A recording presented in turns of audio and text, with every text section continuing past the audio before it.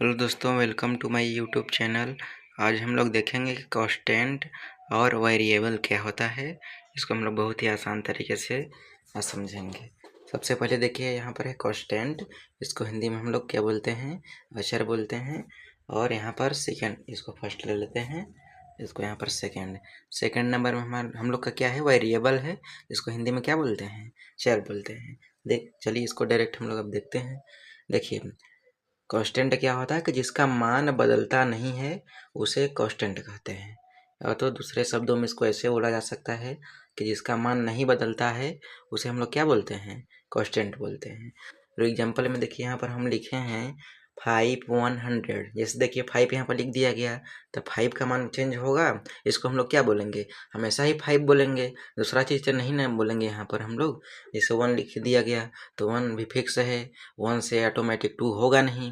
यहाँ पर देखिए 100 है तो 100 भी क्या है? फिक्स वैल्यू है, यानी कि यह चेंज नहीं हो सकता है। जब इसका मान चेंज नहीं होगा, नहीं बदलेगा, तो इसको हम लोग क्या बोलेंगे? कांस्टेंट बोलेंगे। अब वेरिएबल समझ लेते हैं। वेरिएबल इसका अपोजिट होता है। देखिए, जिसका मान बदलता है उसे हम लोग क्या बोलते हैं? वेरिएबल बोलते हैं। जैसे देखिए, कांस्टेंट में जिसका मान नहीं बदलेगा उसे हम लोग कांस्टेंट बोलेंगे, और वेरिएबल में जिसका मान बदलता है उसे हम लोग क्या बोलते हैं? वेरिएबल बोलते हैं। और इसमें हम लोग एग्जाम्पल की बात किया जाए तो एग्जाम्पल में से हम लोग A to Z जितने भी हमारे अल्फ़ाबेट होते हैं उस सभी हम लोग का वेरिएबल में आ जाएंगे। XYZ ABCD कुछ भी सब हमारे क्या होंगे? वेरिएबल होंगे। क्यों वेरिएबल होंगे? क्योंकि इन सभी का वैल्यू क्या होता है?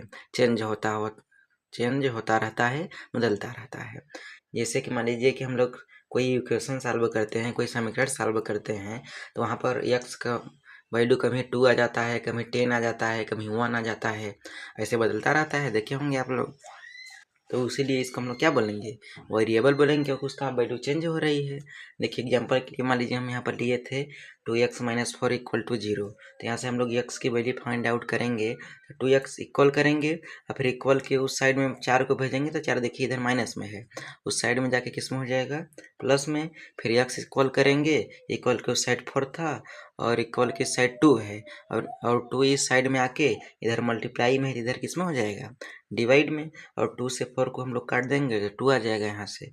और कोई इसी में एग्जांपल ले लें, जैसे मान लीजिए 2x - 6 इक्वल मान लीजिए 0 ले लें। तो देखिए यहाँ से x की वैल्यू फाइंड आउट करते हैं। 2x इक्वल 6, देखिए इक्वल की साइड माइनस है, उधर जाके क्या हो जाएगा? प्लस। और x इक्वल करेंगे, इक्वल के उस साइड 6 है और 2 इधर है इक्वल के, और मल्टीप्लाई में है, तो इस साइड में आके किस में हो जाएगा? डिवाइड में। फिर x इक्वल 2 से 6 हमारा कितने बार में डिवाइड होगा? 3 बार में। तो देखिए यहाँ पर हम लोग को क्या देखने को मिल रहा है? x की वैल्यू यहाँ पर 2 आया है और यहाँ पर 3 आया है, दोनों का वैल्यू चेंज हो रहा है, यहाँ पर बदल रहा है। तो जिसका मान बदलता है उसी को हम लोग क्या बोलते हैं? वेरिएबल बोलते हैं। इससे हम लोग इस एग्जांपल से इसको समझ सकते हैं। कोई भी A to Z हमारा अल्फ़ाबेट जो भी है, हमेशा उसका वैल्यू चेंज होती रहती है। तो यही बस है हम लोगों का। आशा करते हैं कि यह वीडियो आप लोगों को आसानी से समझ में आया होगा।